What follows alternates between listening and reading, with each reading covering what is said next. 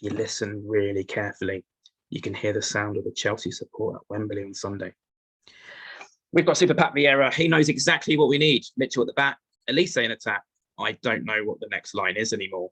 Welcome to Pride South London Fan TV. I'm going to be looking back at the game at Wembley, which of course ended in defeat in the FA Cup semi-final, and looking ahead to our league game tomorrow night against Newcastle United to see if we can bounce back. But let's start at Wembley. I was watching the game in the Don Robbie studio, which was great to be in the studio. Also sampled the atmosphere at Covent Garden before, which was incredible. Massive respect for the fanatics and everything that was organised, the banners, the displays, everything. It was incredible. And neutral fans have also been commenting on that, not just Crystal Palace fans. So that was fantastic.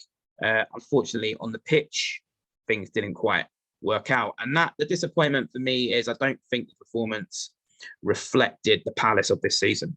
And a lot of people have commented on that. It's pretty obvious. I don't think the passing style was there. The attacking intent was there. And that's, I think, will linger a bit. In the sense that when we look back on it, we've got to look back on this FA Cup run extremely proudly. And it was an icing on the cake for the season, really, and ahead of schedule in many ways with this young team.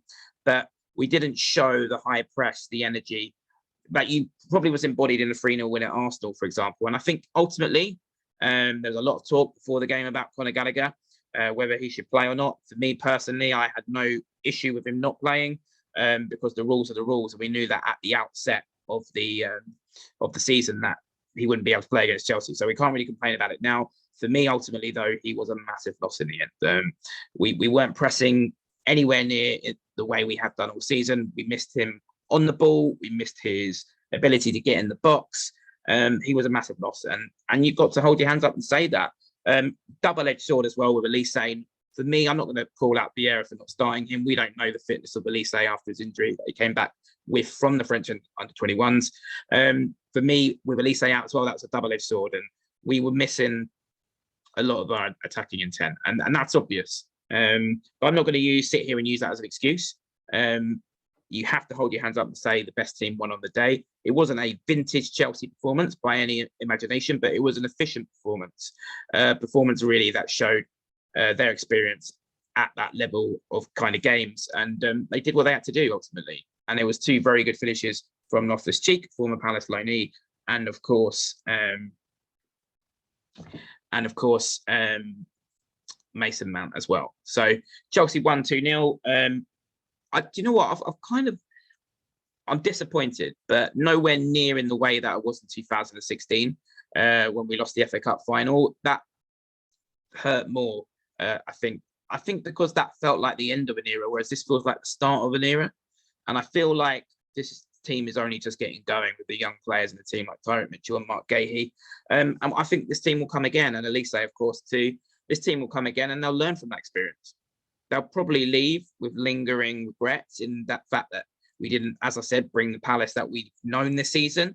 But hopefully it'll be a good experience for them to build on. And we've got to look ahead to the league now.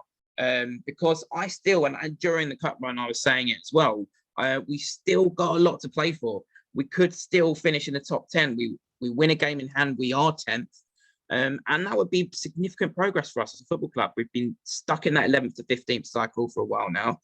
And as well, Brighton have gone back above us. So even more reason to want to climb up the league. And Vieira, being Vieira, will want to finish strong. And it all starts, of course, tomorrow at St. James's Park. And we need to show what Ian Dowie once described as bounce back ability. So let's have a little look at the team that I would play tomorrow. And my main theme really is some fresh legs. I believe that we need to freshen things up.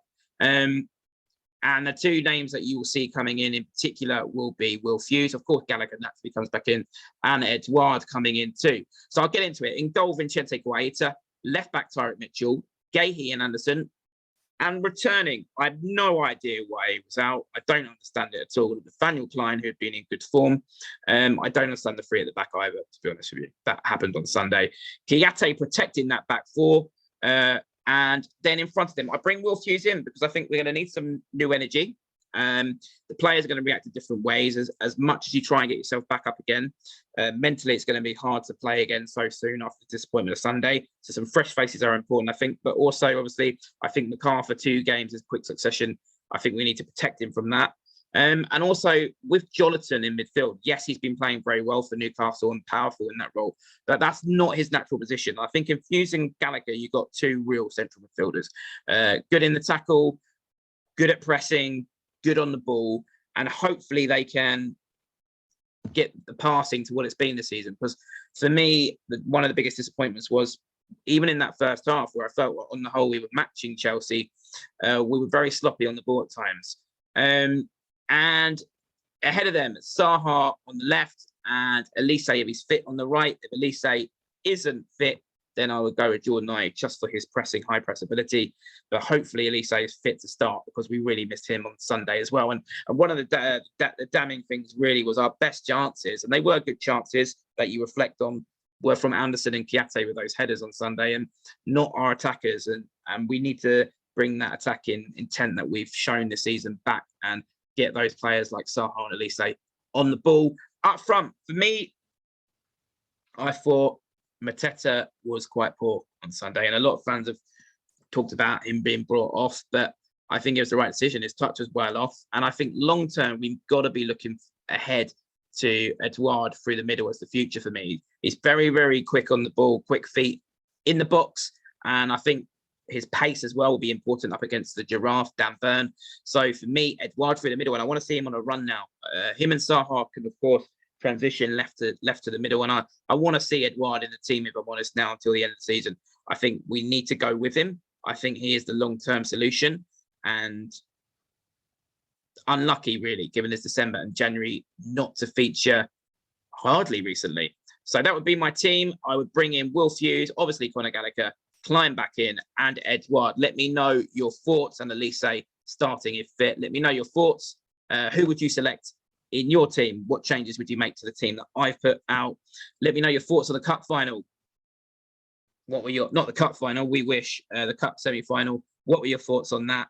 And of course, also predictions. I think we're going to bounce back. I think this is a Newcastle team on a very good run of form. Eddie Howe has done a very good job, written off by many.